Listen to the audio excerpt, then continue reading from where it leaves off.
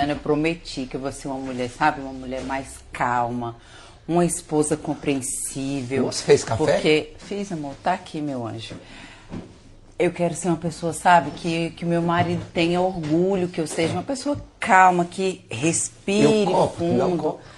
Tá ali, amor, bem ali, debaixo do pano. Respire antes de falar, sabe? Não quero ser aquela mulher que tudo fala alto, aquela mulher que... Você sabe, fez o que pra comer? O cuscuz, amor, tá ali o cuscuz. Eu quero ser uma pessoa assim, sabe, que zen.